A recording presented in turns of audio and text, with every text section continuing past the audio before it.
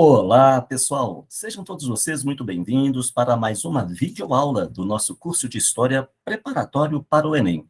O tema da nossa videoaula de hoje é A Revolta da Vacina, Governo de Rodrigues Alves, República Velha. E então, vamos lá? O advogado e político Rodrigues Alves era também um representante da burguesia cafeeira do Oeste paulista. Foi governador de São Paulo por 3 mandatos consecutivos e elegeu-se 2 vezes à presidência da República. Cumpriu o primeiro mandato, de 1902 a 1906, mas faleceu antes de cumprir o segundo mandato, para o qual havia sido também eleito em 1918. Segundo a historiadora Heloísa Starling, em seu último livro A Bailarina da Morte, em coautoria com Lilian Schwartz, a causa-mortes do ex-presidente não foi decorrente da gripe espanhola, como até hoje se divulga na imprensa e em meios acadêmicos. Seu atestado de óbito, na verdade, indica a sistolia aguda, ou seja, parada cardíaca decorrente de anemia perniciosa. Durante o seu mandato, 2 aspectos merecem um aprofundamento. Primeiramente, a revolta da vacina, que faz naturalmente uma ponte com o momento de pandemia que atravessa o planeta, e o Convênio de Taubaté, que favoreceu os interesses das oligarquias cafeeiras que conduziam a ordem política e econômica do Estado.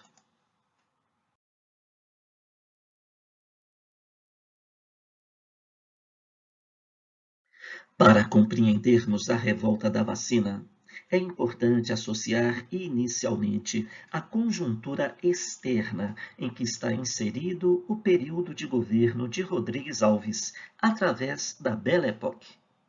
As 3 últimas décadas que antecederam o início da Primeira Guerra Mundial ficaram definidas na Europa como Belle Époque.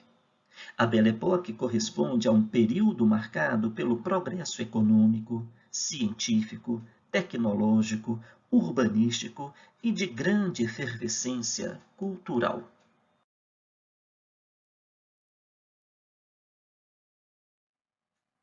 O progresso tecnológico da Belle Époque pode ser revelado, por exemplo, através da invenção do automóvel pelos engenheiros alemães Karl Benz e Gottlieb Daimler, responsáveis pela fabricação do primeiro carro a gasolina, o Mercedes-Benz.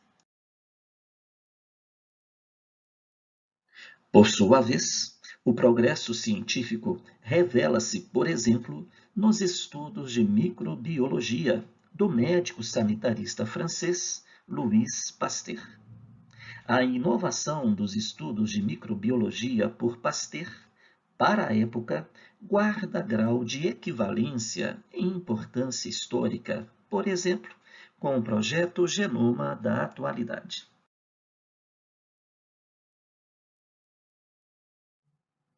O progresso científico também se revelou nos estudos da radioatividade, desenvolvidos pelo casal Pierre e Marie Curie. Quem pensa que as grandes descobertas científicas foram feitas apenas por homens, não conhecem a polonesa Marie Curie, o grande nome do campo da radioatividade. Graças aos seus estudos, foram revelados os elementos polônio e rádio da tabela periódica. Marie Curie foi também a primeira mulher vencedora de um prêmio Nobel, obtido na categoria de Física em 1903, e duplamente vencedora de um Nobel na categoria de Química em 1911. Indubitavelmente, de maneira singular, as descobertas e as obras científicas dos grandes pensadores da segunda metade do século XIX contribuíram para o progresso e para o desenvolvimento da humanidade. Por sua vez, o progresso obtido no campo das artes no contexto da Belle Époque pode ser revelado, dentre inúmeros aspectos, através da invenção do cinematógrafo pelos irmãos franceses Lumière.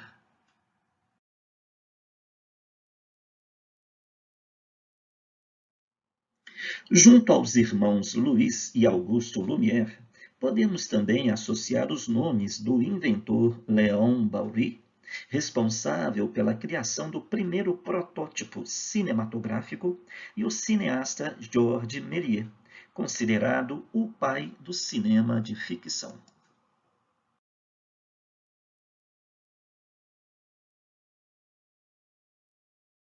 A sétima arte, como é conhecida a arte do cinema, naturalmente proporcionou novas e variadas opções de diversão, entretenimento e lazer. A imagem revela à esquerda uma cena do filme A Viagem à Lua, de Georges Méliès, produzida em 1902. E à direita, uma cena do filme Um Trem Chega na Estação, dos irmãos Lumière, produzido em 1895. No ano de 2011, numa coprodução entre ingleses e estadunidenses, foi lançado o filme A Invenção de Hugo Cabret. O filme nos permite retomar o cenário da Belle Époque e os primeiros passos da invenção do cinema. A imagem nos revela três grandes invenções da Belle Époque. À esquerda, o fonógrafo do estadunidense Thomas Edison. Ao centro, o telefone do italiano Antonio Meucci. E à direita, o cinematógrafo dos irmãos franceses Lumière.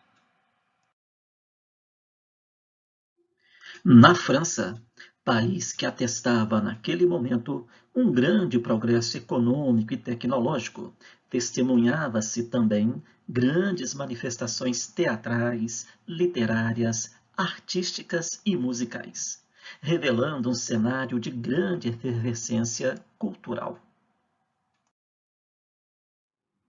O progresso urbano revelou-se também como um importante componente da construção da Belle Époque. Este progresso, em grande parte, foi favorecido pelo expressivo investimento das autoridades governamentais em saneamento público, iluminação e mobilidade urbana das principais capitais europeias.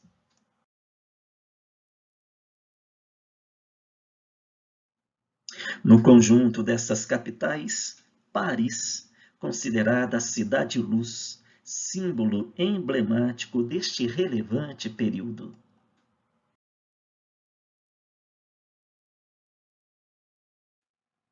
Por sua vez, para compreendermos a conjuntura interna responsável pela eclosão da revolta da vacina, precisamos analisar as estratégias adotadas pela reforma urbana empreendida pelo prefeito da capital federal, Pereira Passos. O Rio de Janeiro, capital federal da República recém-instalada, era na verdade ainda uma cidade com feições coloniais, que crescia de maneira desordenada. Historicamente, a cidade do Rio de Janeiro, desde os tempos imperiais, era constantemente abalada por surtos de peste bubônica, febre amarela e varíola. O inchaço desordenado da cidade foi reforçado com a crescente chegada de imigrantes europeus, em especial italianos, que para o Brasil se transferiam em busca de novas oportunidades de trabalho, de emprego e de salário. Paralelamente, o inchaço foi ampliado com os resultados do processo abolicionista, que não se preocupou em assegurar os decentes e necessários critérios de inclusão social para os antigos cativos do país.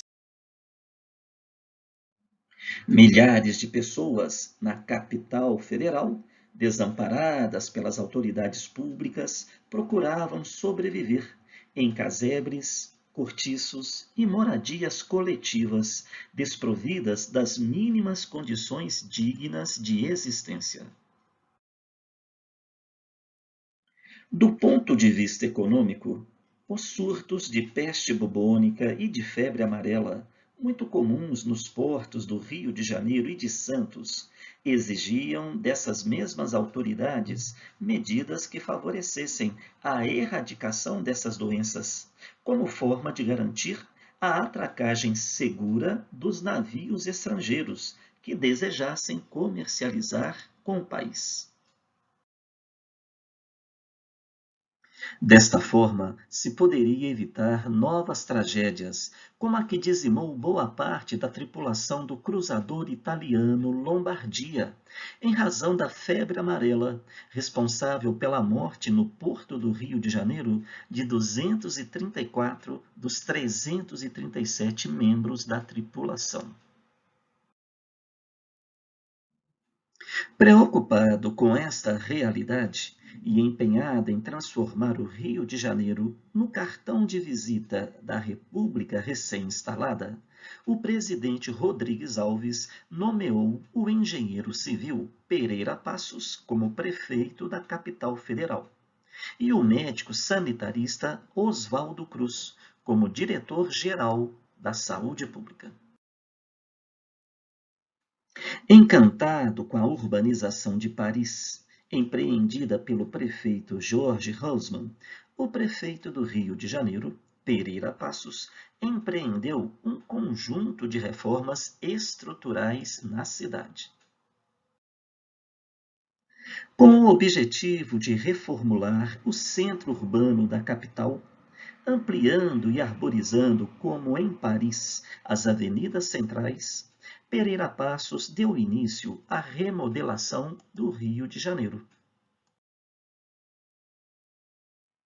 No entanto, para a empreitada, o prefeito Pereira Passos promoveu o bota abaixo, permitindo a demolição dos cortiços e moradias coletivas instalados na área central da cidade, sem a justa indenização à população ali residente.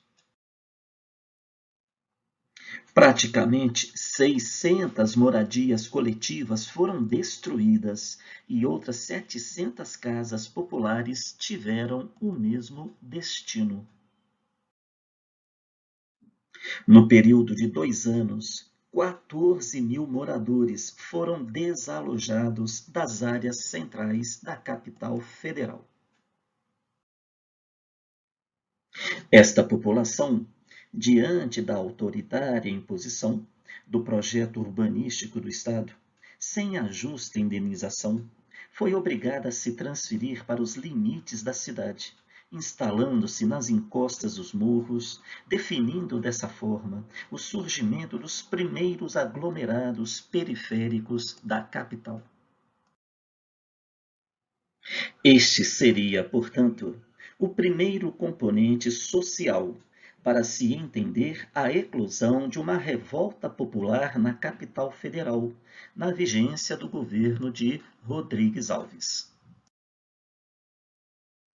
A indignação e o sentimento de revolta de milhares de moradores que, desalojados da área central do Rio de Janeiro, foram obrigados a se transferir para a periferia da cidade.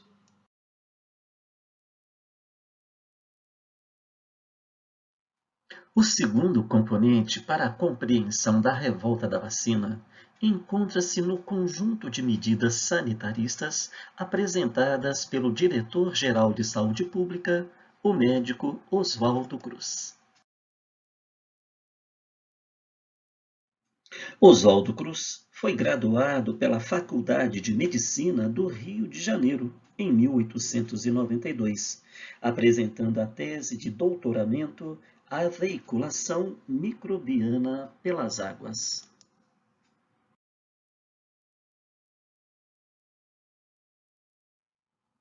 O médico sanitarista Oswaldo Cruz, no período de 1897 a 1899, estudou também no Instituto Pasteur de Paris, onde aprofundou seus estudos sobre microbiologia em convívio com a primeira geração dos discípulos do renomado cientista francês. No Brasil, inicialmente, ele desenvolveu na área de saúde pública o combate à propagação da peste bubônica, transmitida pelas pulgas e ratos, reduzindo a presença da doença, em especial nos portos de Santos e do Rio de Janeiro. A campanha pública no combate à peste bubônica chegou a oferecer R$ 300 por cabeça de rato, valor em torno de R$ 30 na conversão atual. Apesar das polêmicas e inusitadas situações decorrentes desta medida, a recompensa pela captura estimulou uma relativa cruzada aos ratos transmissores, contribuindo para a redução dos casos de peste bubônica na capital federal. Posteriormente, para combater a febre amarela, Oswaldo Cruz viajou para Cuba para estudar com o médico Carlos Finlay, que afirmava que a propagação do vírus responsável pela febre amarela não era realizada pelo ar ou pela água, pelo suor, sangue ou secreções, mas sim pelo mosquito Aedes aegypti. A cruzada de Oswaldo Cruz contra a febre amarela no Rio de Janeiro foi marcada pela organização das brigadas sanitárias, como as carroças pulverizadoras. Além da pulverização, sugerida por Oswaldo Cruz, também o isolamento dos cidadãos que contraíram o vírus da febre amarela. Borrifando com inseticidas as ruas, praças e jardins, a atuação das brigadas sanitaristas ou brigadas mata-mosquitos, em breve tempo, reduziram a morte por febre amarela na capital federal.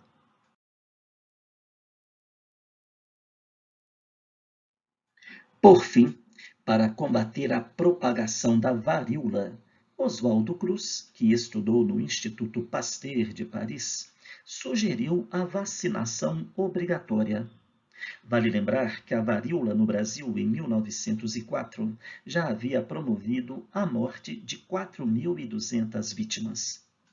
Apesar da vacinação ser de fato a estratégia adequada para o combate à varíola, o governo brasileiro, mesmo ciente e defensor desta estratégia, não conseguiu promover, por sua vez, uma adequada e necessária campanha educativa à população carioca, para explicar, esclarecer o procedimento sugerido no combate à doença no Brasil e os seus respectivos benefícios.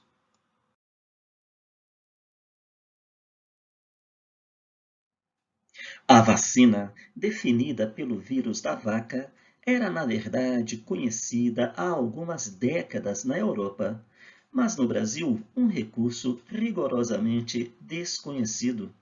Acreditava-se no Brasil que o vírus inoculado pela vacina poderia, na verdade, comprometer a vida do paciente, levando-o à morte. Assim como hoje, infelizmente, as orientações científicas foram em parte desprezadas. Importantes setores da imprensa e da intelectualidade nacional criticaram as sugestões sanitaristas de Oswaldo Cruz, satirizando o médico em suas orientações no combate às epidemias no país. Na charge, uma conferência sinistra entre as principais epidemias que assolavam a capital federal: a varíola, a peste bubônica e a febre amarela.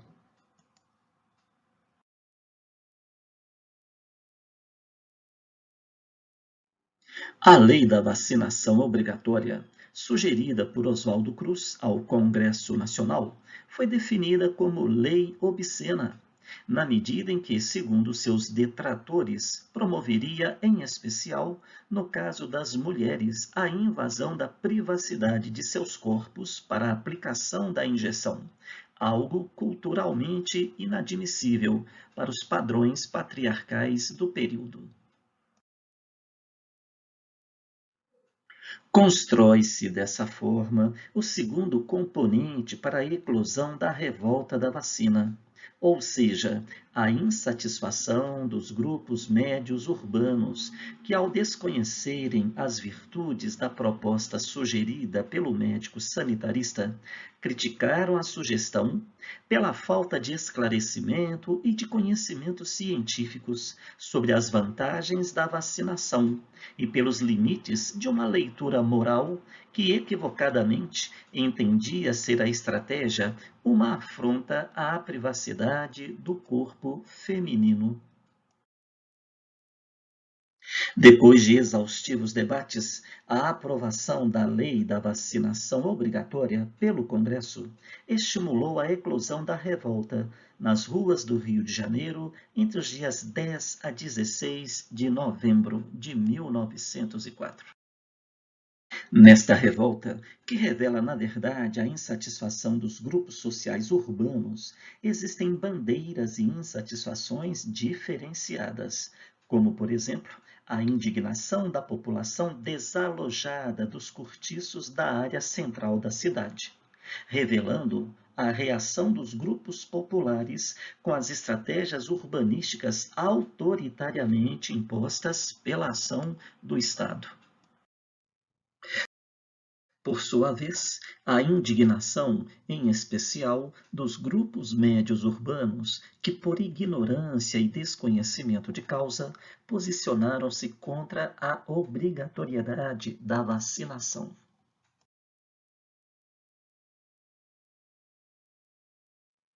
E, por fim, podemos também destacar o posicionamento dos cadetes da Escola Militar de Praia Vermelha, que, diante da mobilização provocada pela revolta, defenderam a queda do presidente civil Rodrigues Alves e a retomada do poder pelos oficiais do Exército. Deflagrada estrategicamente na semana comemorativa da proclamação da República, a revolta da vacina caracterizou-se, portanto, pela mobilização de diferenciados grupos sociais, com o protagonismo tanto de civis como de militares, com diferenciadas bandeiras e reivindicações de luta. Considerada como o primeiro grande levante urbano da ordem republicana, o movimento se encerrou quando o governo, diante da intensa mobilização dos grupos rebelados, decidiu, após 6 dias de intensos confrontos nas ruas da capital federal, pela anulação da Lei da Vacinação Obrigatória. Oficialmente, a repressão do Estado aos grupos revoltosos resultou na morte de 50 cidadãos, 110 feridos e dezenas de presos e deportados para campos de trabalho nas regiões amazônicas. Destaca-se neste sentido a atuação do líder comunitário Prata Preta, estivador e praticante de capoeira, atividade proibida por lei na época. Prata Preta liderou a resistência na região da Gamboa e do bairro da Saúde, na região portuária, organizando barricadas até ser preso e deportado posteriormente para o Acre.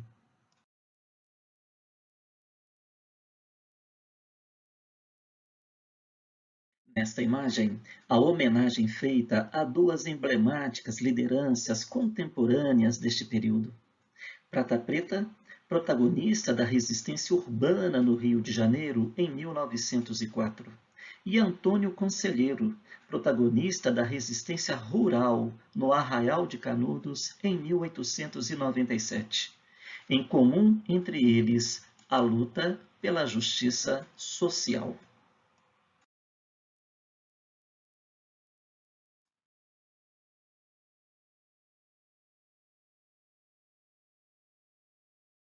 No início do século XX, o Rio de Janeiro, capital da República, era uma cidade com feições coloniais, que crescia desordenadamente e vivia atormentada por surtos de febre amarela, varíola, peste bubônica e tuberculose.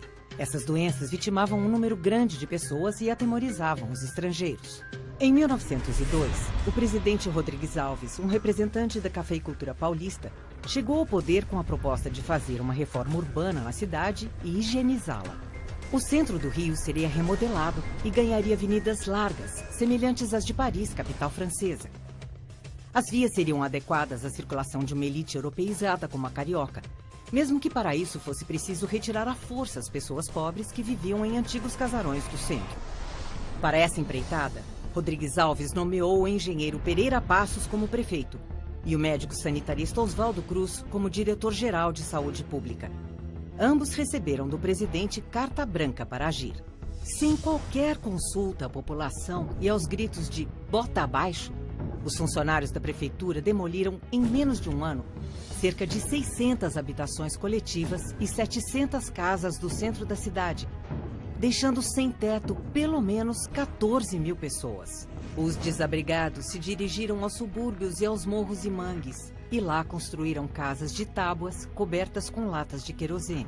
Em 1904, um projeto de lei apresentado no Congresso defendia a obrigatoriedade da vacina contra a varíola, que só naquele ano havia matado 4.201 pessoas.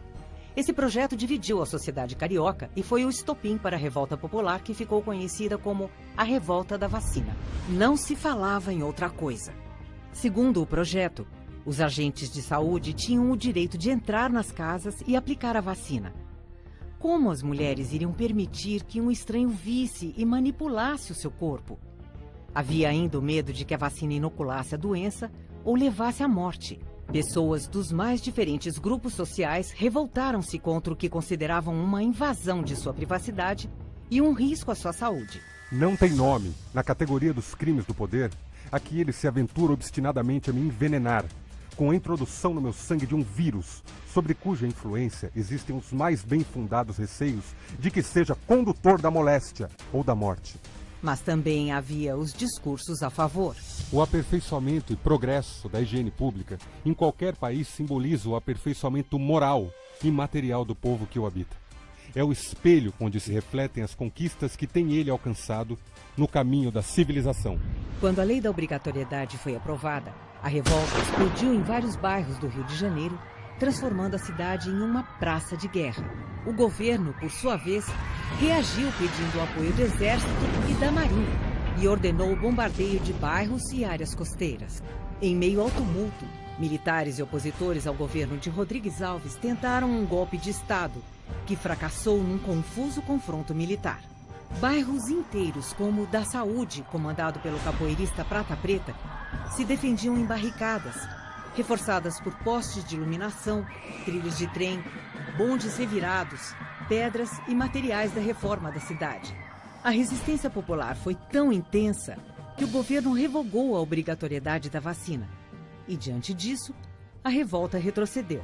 Com a situação sob controle, o governo partiu para a vingança. Prendeu e surrou civis e militares rebeldes e retirou das ruas mendigos e desempregados. Era o Estado brasileiro tratando os humildes com desprezo e truculência. Revoltosos como o líder Prata Preta foram colocados nos porões de um navio com destino ao Acre e nunca mais foram vistos. Em 1908, após mais de 6.000 pessoas morrerem em decorrência da varíola, o povo voluntariamente fez fila para se vacinar.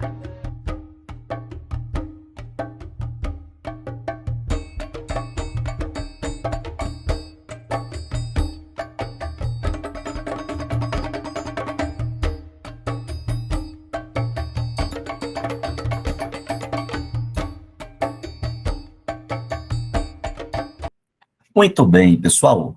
A partir da nossa apresentação, procure agora responder às seguintes questões. Questão número 1. Explique de que maneira podemos relacionar o projeto urbano de Rodrigues Alves com a conjuntura externa europeia. Questão número 2. Analise o histórico do Rio de Janeiro em relação à ocorrência de manifestações epidemiológicas durante a fase imperial, nos limites do seu espaço urbano. Questão número 3.